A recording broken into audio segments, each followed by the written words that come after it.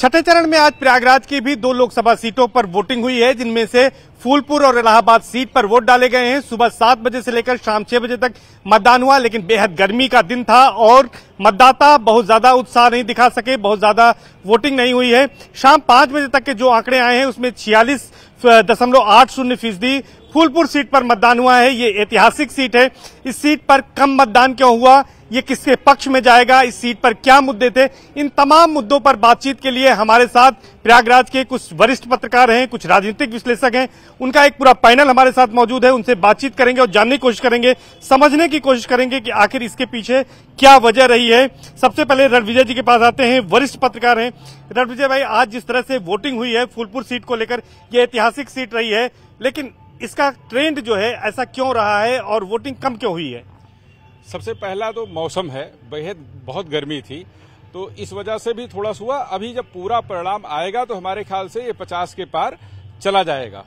तो किसको इसका फायदा होता अगर कम वोटिंग होती है? तो कम वोटिंग से वो मत करिए, अब की मतदाता बढ़े हुए हैं तो कम वोटिंग होगी तो भी 2019-2024 से ज्यादा मत दिखेंगे और इसका फायदा ऐसा नहीं किसी एक प्रत्याशी को होगा। दोनों तरफ कांटे का मुकाबला है। सपा और भाजपा में सीधा कांटे की लड़ाई है। दोनों प्रत्याशियों में बहुत जबरदस्त लड़ाई है और इसमें किसकी जीत होगी किसकी हार होगी यह अभी कह पाना मुश्किल है, लेकिन बहुत बड़े अंतर से जीत किसी की नहीं होगी। मतलब ये फाइट जो है बहुत नजदीकी होगी। मनोज कुशवाहा जी हैं, राजनीति के जानकार हैं, ये बताइए कि किस तरह से आज जो वोटिंग हुई है इसका क्या ट्रेंड रहा है और फूलपुर की अगर बात करें तो किसका पलड़ा भारी है इस सीट पर? देखिए, मैं फूलपुर लोकसभा क्षेत्र में रहता हूँ, प्रवास करता हूँ उत्तरी में, और उत्तरी में उत्साह जो है हमारे यहाँ भाजपा के कार्यकर्ताओं का और मतदाताओं का पूरा उत्साह रहा और हमेशा भाजपा उत्तरी से ही बहुत अच्छा प्रदर्शन करती। इस बार हम 1.25 लाख वोटों से उत्तरी से विजय हो रहे हैं। उत्तरी से विजय हो रहे हैं, आपका ये दावा है। ये बताइए कि फूलपुर की अगर बात करें तो फूलपुर में किस तरह का ट्रेंड रहा है और इसका क्या असर पड़ेगा? नहीं, हमको ये लग रहा है कि सीट निकलेगी बीजेपी की, मार्जिन कम होगा जीत का, लेकिन निकलेगी। आज कौन से मुद्दे फूलपुर सीट पर थे और क्या लगता है आपको कि कौन यहाँ पर सीट जीत रहा है या किसके बीच मुकाबला है? ये बीजेपी सपा में है, लेकिन बीजेपी इसमें फर्स्ट चल रही है। इसमें वोट बीजेपी को बिल्कुल सॉलिड निकल रहा है, या कम निकलेंगे बीजेपी के सॉलिड वोट निकल रहा है। बीजेपी के सॉलिड वोट निकल रहे हैं। और भी लोगों से बातचीत करेंगे हम। पवन जी, आपके पास आते हैं, आप राजनीति को बेहद करीब से समझते हैं, राजनीति से जुड़े हुए हैं, क्या लगता है आपको कि क्या होने वाला है? देखिए, विपक्ष को न फूलपुर में और न प्रयागराज में अपना नेता, अपने पार्टी का नेता नहीं मिले। वो दोनों उधार पे अपना सर पीट रहे हैं, तो इसलिए उनके यहाँ बड़ी अंतरकला है। हमारे यहाँ दोनों प्रत्याशी अपने पार्टी के हैं और कर्मठ लोग हैं। जो पुराने नेता थे पंडित केसरीनाथ त्रिपाठी जी, उनके सुपुत्र हैं और एक वर्तमान में विधायक हैं फूलपुर से। तो 4 विधायक फूलपुर में अपने हैं। शहर उत्तरी से हर्षवर्धन जी, शहर बीजेपी का दावा मजबूत मान रहे हैं? बीजेपी का निश्चित ही दावा मजबूत है और एक गफलत चल रही है। जो लोग कह रहे हैं कि वो जीतेंगे वो हारेंगे, कुछ नहीं, बीजेपी जीतेगी और हम रिकॉर्ड मतों से जीतने जा रहे हैं।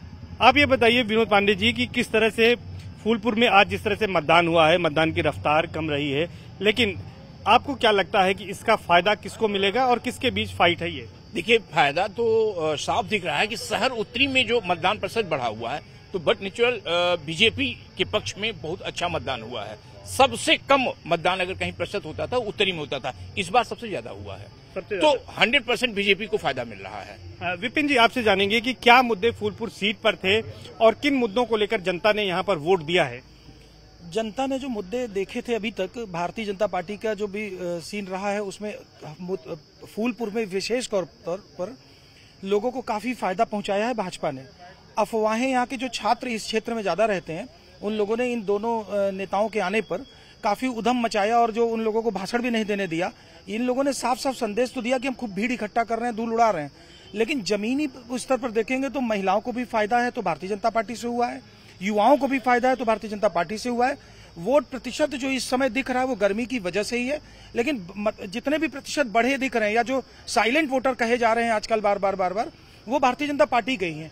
और इस बार जो वोट बढ़त किसको मिलती जा रही है? भाजपा को बढ़त मिल रही है, लेकिन हम आपको एक चीज बता दें, जो शहरी क्षेत्र के वोटर हैं इस बार वो भाजपा के वोट निकले हैं ज्यादा रणविजय जी, इस पूरे चुनाव में हमने देखा कि फूलपुर सीट पर जो मुद्दा बनाया गया, क्योंकि यहाँ बड़ी संख्या में जो विपिन जी कह रहे हैं कि प्रतियोगी छात्र थे, बेरोजगारी, महंगाई, किसानों की समस्या, भ्रष्टाचार, इन तमाम मुद्दों को लेकर जो इंडिया गठबंधन था उसके प्रत्याशी गए। इसका क्या असर दिख रहा था पूरे चुनाव में, और वोटिंग में क्या इसका कोई असर पड़ेगा?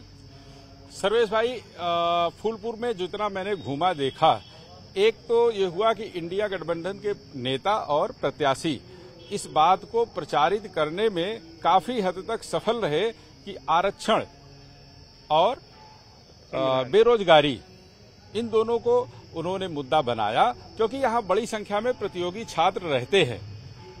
प्रतियोगी छात्रों के बीच में जब आप जाएंगे तो वो बताएंगे कि नहीं, उनकी जब 2017 के पहले अखिलेश यादव जी की सरकार थी तो उस समय यहाँ क्या स्थिति थी, नौकरियों की, भर्ती आयोगों की, उनमें होने वाली भर्तियों की। 5 साल पूरे अखिलेश यादव जी की सरकार में परीक्षाएं तो हुई, किसी में भर्ती का कोई परिणाम जल्दी नहीं आ पाया, सब विभिन्न जांचों में है। विपक्ष ने मुद्दा बनाया, क्या उससे उसको कोई फायदा मिलता दिख रहा है? हाँ, कुछ हद तक फायदा तो है। बड़ी संख्या में उस क्षेत्र में ऐसी आबादी है जो उनकी बातों में आ सकती है और कुछ हद तक आई भी है, और मुद्दे से ज्यादा मामला जातीय है।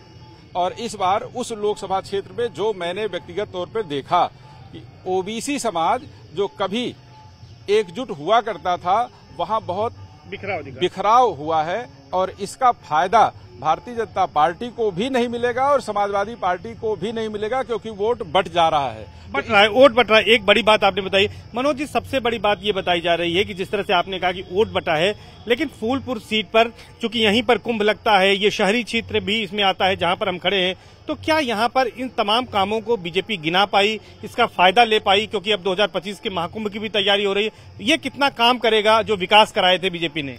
देखिए, मैं भाई रणविजय की बात को सहमत नहीं हूँ कि आरक्षण उनका मुद्दा बनाया और उसको कामयाब हुए। देखिए, सपा के क्रियाचरित और कायाकलाप जानती थी जनता कि आरक्षण के नाम पर उन्होंने सिर्फ यादव को आरक्षण दिया। वो आज आरक्षण किस मुंह से बात करती है? आरक्षण के नाम पे उनका सिर्फ आरक्षण यादव के लिए था, न कि आज जो अन्य समाज था, पटेल समाज था, मौर्य समाज था, कन्हैया समाज था, किसी के लिए नहीं था। तो आरक्षण में कामयाब है, सारे समाज जानते हैं, सारे समाज ने मिलकर एकजुट होकर और सिर्फ भारतीय जनता पार्टी को वोट किया है, इसमें कोई बिखराव नहीं है। ये बताइए आप भानु जी की जिस तरह से बात कही जा रही है कि वोटों का बिखराव हुआ है, क्या जाति के आधार पर मानते हैं कि यहाँ पर वोट पड़ा है? नहीं, जाति के आधार पे वोट तो थोड़ा बहुत बिखराव हुआ है, लेकिन ये है कि जो विपक्ष के लोग ये कह रहे हैं कि बेरोजगारी, इसके पहले भी दूसरी गवर्नमेंट थी, उसमें भी बेरोजगारी थी, सरकार को एक और मौका मिलेगा तो सब बदलाव होगा। हमारी समझ से वहाँ से सरकार जीतेगी, सरकार बनेगी, फिर से बनेगी। बिल्कुल जी। आपको क्या लग रहा है कि जिस तरह से बातें कही जा रही हैं, जाति के आधार पर अगर वहाँ पर वोट पड़े हैं तो किसको फायदा होगा इसका? जात पात की नहीं, इसमें तो अल्पसंख्यक भी इसमें दे रही है वोट मोदी जी को। मोदी जी को दे जी, ठीक है, मोदी जी को दे रहे हैं।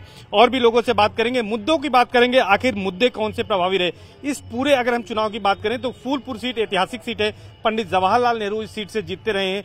2014 में पहली बार डिप्टी सीएम केशव प्रसाद मौर्य ने इस पर कमल खिलाया था, तो क्या एक बार फिर से इस पर कमल खिल रहा है? कमल ही खिलेगा। हम आपको फिर से बता रहे हैं कि देखिए, इस क्षेत्र में जितने छात्र रहे हैं उन छात्रों के सामने जरूर मुद्दा दिख रहा था, लेकिन वो सब बाहरी हैं। लोकल व्यक्ति कोई ऐसा नहीं है जिनका वोट है, वो कोई ऐसे नहीं है जो भाजपा के अगेंस्ट वोट कर रहे हो। जो कर रहे होते तो आप अभी देखिए, उधर से हर बार भाजपा जीतती भी रही है।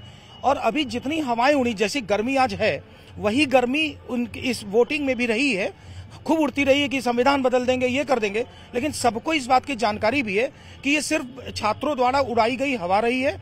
शुद्ध रूप से भारतीय जनता पार्टी इस क्षेत्र में जीतेगी, और मुझे लगता है कम से कम लाख मतों से तो जरूर जीतेगी। अच्छा, कहां से बीजेपी को बढ़त मिल रही है? जो 5 सीटें हैं, 3 सीटें ग्रामीण हैं, 2 शहरी सीटें हैं, कहां से बीजेपी को लीड मिल रही है? सीट पर क्या नजर आ रहा है?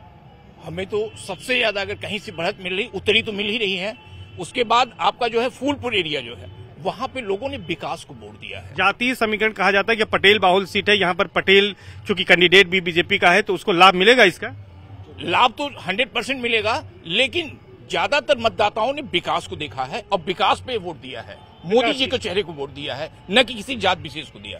पवन जी, आपसे जानना चाहेंगे कि जो यहाँ पर पूरा सिनेरियो क्रिएट किया गया फूलपुर को लेकर, जिस तरह से बीजेपी ने भी उम्मीदवार देर में उतारा और सिटिंग एमएलए को उतारा, इसका कितना फायदा या नुकसान पार्टी को होगा, और जो वोटिंग कम हुई है इसका क्या असर पड़ने जा रहा है? देखिए, नुकसान तो कुछ नहीं होने वाला है, क्योंकि पार्टी का कार्यकर्ता थे, वो विधायक एक बार रह चुके, दूसरी वर्तमान में भी विधायक हैं वो, तो निश्चित ही उनके आने से उस विधानसभा को जीत रहे हैं हम। और इस 5 विधानसभाओं में 4 विधानसभा पे भारतीय जनता पार्टी का कब्जा है। रही बात छात्रों द्वारा जो रणविजय भाई ने कहा, वो नकारात्मक सोच का परिणाम है। जो छात्र सब बाहर से आए हैं, आप किसी भी हॉस्टल में लीजिए, कोई अपना स्थानीय छात्र नहीं मिलता, तो उनके उड़ने से कुछ होना नहीं है, और भारतीय जनता पार्टी निश्चित ही 1 सवा लाख मतों से जीतेगी। तो निश्चित तौर पर ये तमाम बुद्धिजीवी लोग हैं, वरिष्ठ पत्रकार हैं, जिनका मानना यह है कि फूलपुर लोकसभा सीट में जो 5 विधानसभाएं हैं, 3 ग्रामीण 2 शहरी, उन तमाम में जो मुद्दे हावी रहे, उनमें से बेरोजगारी और इसके साथ साथ महंगाई जैसे तमाम मुद्दे रहे। लेकिन इन मुद्दों के साथ साथ जो वोटिंग हुई है, उसके आधार पर यह कहा जा सकता है कि लड़ाई अच्छी होगी। इंडिया गठबंधन और बीजेपी के प्रत्याशी के बीच में ही ये लड़ाई होगी। अब देखना है कि 4 जून को जब नतीजे आएंगे तो आखिर जीत किसकी होती है। कैमरा पर्सन मुनमुन सिंह के साथ सर्वेश दुबे, न्यूज 18 प्रयागराज।